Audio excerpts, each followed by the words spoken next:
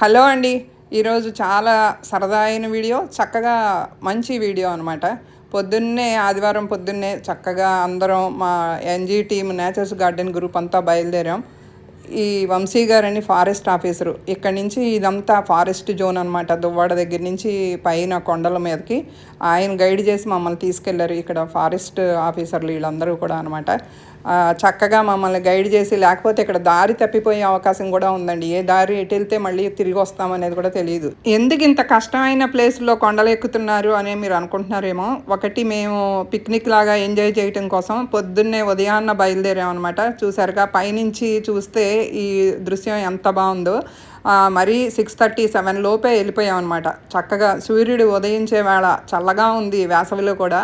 చూడండి ఎంత బాగుందో, సీనరీ కూడా చాలా బాగుంది కదా, ప్రకృతి కూడా. అలాగే ఈ విత్తన బంతుల కోసం తయారు చేయటం కోసం వెళ్ళామన్నమాట. ఒకటి మా పిక్నిక్, రెండోది ఈ సీడ్ బాల్స్ తయారు చేయటం కోసం. వీటికి కావాల్సిన ఈ రేల చెట్టు విత్తనాలన్నీ మేము వెళ్ళేటప్పటికే వీళ్ళంతా కోసి కొంత రెడీ చేసి అట్టు పెట్టారు, కొంత మేము కలెక్ట్ చేసాం. అన్నీ మేము కొయ్యలేం కదా, పైకి ఎక్కడం కూడా కొంచెం కష్టంగానే అనిపించింది. అయినా సరదాగా అందరూ ఉన్నారు కాబట్టి వెళ్ళిపోయాం అనమాట. వంశీ గారు ఏదో ఇక్కడ అందరికీ ఎక్స్ప్లెయిన్ చేస్తున్నారు. ఈ విత్తన బంతులు ఎందుకు తయారు చేస్తున్నారు అంటే, మన రాష్ట్ర రూరల్ డెవలప్మెంట్ మరియు పర్యావరణ శాఖ మంత్రులు అయిన గౌరవనీయులు శ్రీ కొణిదెల పవన్ కళ్యాణ్ గారి విత్తన తయారీ పిలుపు మేరకు మనం మా వంతు భాగస్వామ్యంగా మేము వీటిని తయారు చేయడానికి, ఈ విత్తనాలు వేరుకోవటానికని మనం రావటం జరిగిందనమాట. దీనికి కావలసిన మెత్తని మట్టి, తర్వాత మంచి ఆవు ఎరువు అంతా అనమాట. అసలు జీవామృతం కూడా వాడతారు. మనకి టైం కూడా లేదని చెప్పేసి మనం ఎరువుతోటి సరిపెట్టామన్నమాట.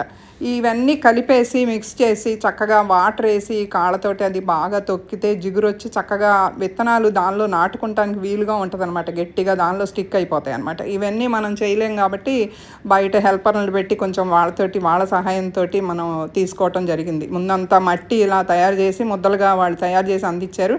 అప్పుడు మాకు పని ఈజీగా ఉంటుంది కాబట్టి చాలా, ఒక రోజు కాదండి, ఇది 1, 2, 3 రోజులు చేసిందనమాట.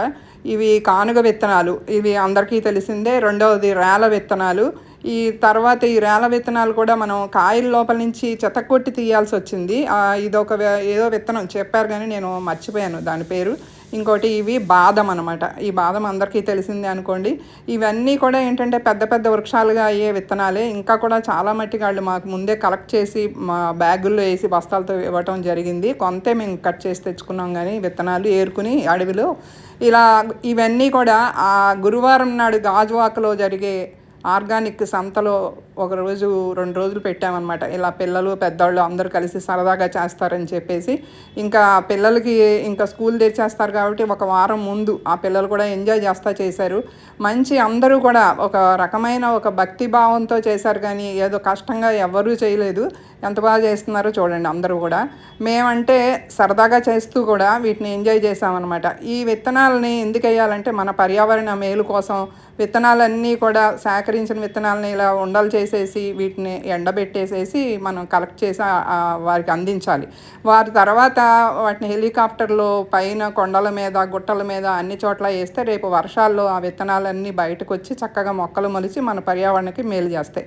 సరదాగా చూడండి మా వాళ్ళు.